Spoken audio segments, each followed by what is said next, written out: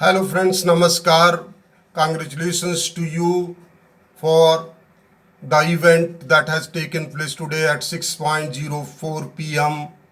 India has created history by making its lander to safely land on the south pole of moon as a mission project of Chandrayan 3.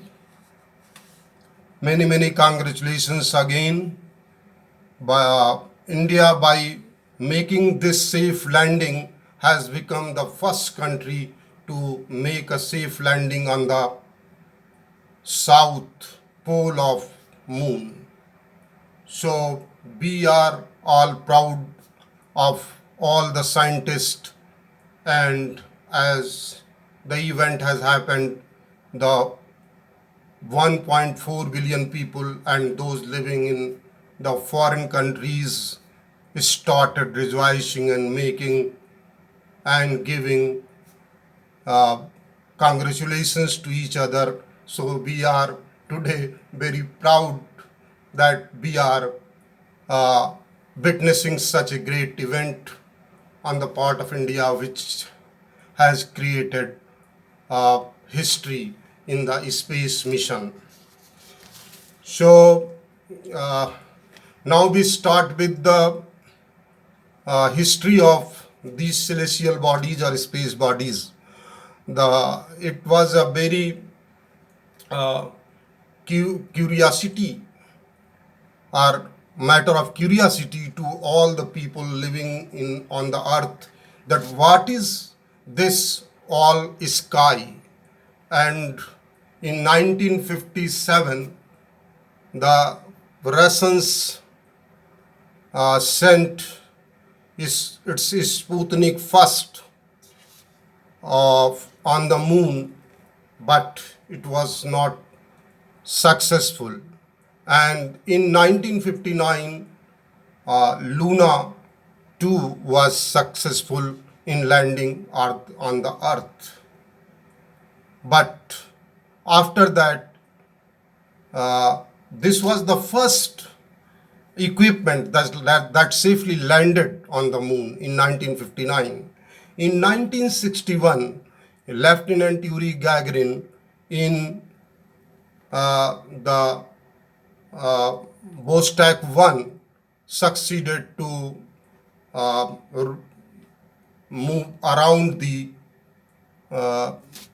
moon. He was the first person to move in the space for so long time. And but history goes on, and in 1969 and 20th July, the US has succeeded in making its mission Apollo 11 to succeed, and by that they have been able to send the human on the soil of the moon. And it was Apollo 11 on 20th July 1969. The Neil Armstrong has landed on the moon, and he sent a message that it is a small step for man but a giant leap for the mankind. By giving this message, he wanted to say that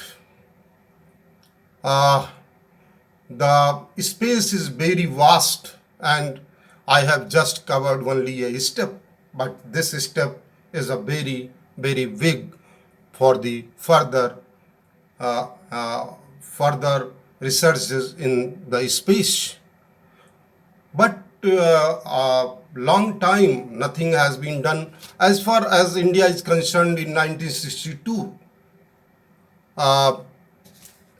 the father of the Indian space, Vikram Sarabhai and Ramnathan Krishnan, a committee has been constituted for the space research. And in 1963, at Thumba, a small village where the fish catchers live, in the presence of the great scientist of India, Dr. Homi Jahangir Bhabha, the rocket was uh, experimented in Thumba, Kerala, and which was taken by bicycle. This was the smallest journey which we have made in the space. But thereafter, the scientists continued to this, and on 19th April 1975, we have been able to send our first satellite called Aryabhatta uh, after the great uh, scientist. The name has been derived for this satellite, and this was done from the Bolga Road, USA, USSR. And thereafter, India has never seen uh, in the backside. In 1980, India has been able to make SLV, satellite launch vehicle, and Rohini first, the 40 kg payload have been sent. And thereafter, we have been progressing fast and in the space research. And in 1997, India has been able to make its polar satellite launch vehicle, and that can send any type of satellite. And in 1919, the 3 satellites have been sent through PSLV, uh, uh, one German, one Indian, and one Korean satellite was there. So it was a great success. In 2001, we have been able to make again geosynchronous launch vehicle GSLV, and the making of the GSLV made us possible to to land on any celestial body, that is, we can go to the space or any other celestial bodies. And with this begins the big history, space history of India. And now we should think of the first Chandrayan first was sent to space, and it was a great occasion for us. The Chandrayan first was led by G. Madhavan Nair and the TK Alex and M. Annadurai and K. Radhakrishnan, and it has been sent in 2000 and remained in the space for 312 days, and it has achieved almost 95% of the its target, and it has been able for the first time to send a message and to give the message to the isro that there is a presence of the water there, and this has created a great curiosity in the whole community of the scientists all over the world. And so this the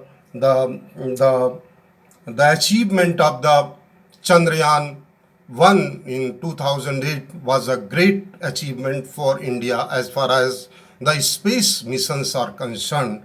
And being encouraged by this great achievement, the India has launched another program for the Mars mission in 2012, and it has been able to send Mangalyaan 1 in 2013.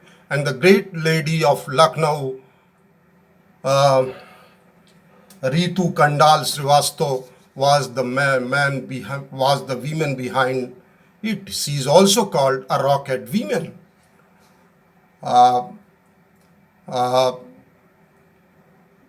Great scientist, and she has been able and was almost a part of all the Mangalyaan projects.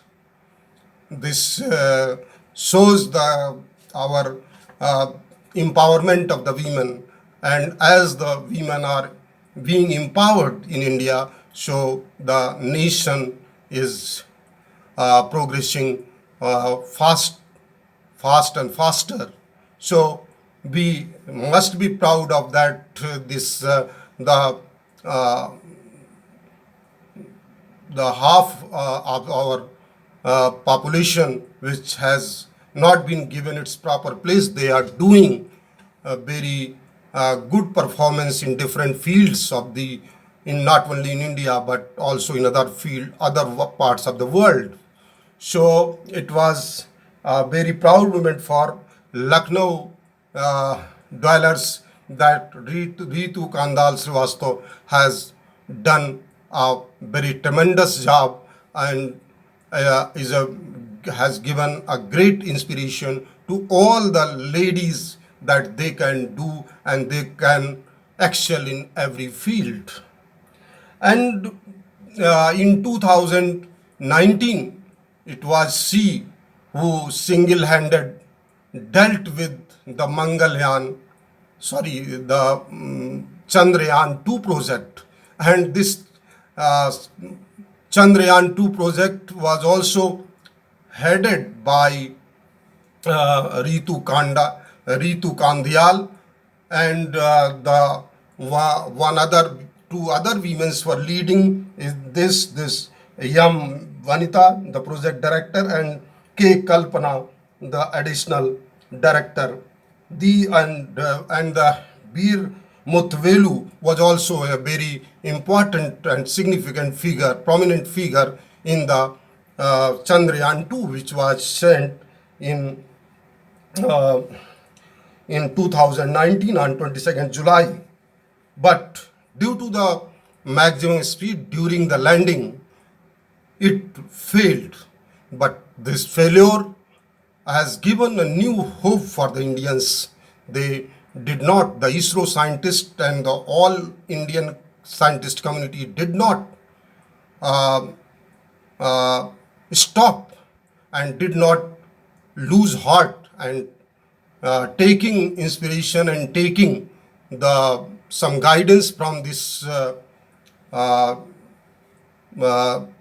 failure, they have improved. And the only thing that was in the second project, which was mainly led by the ladies brigade, was not safe landing because of the high velocity at the time of the landing.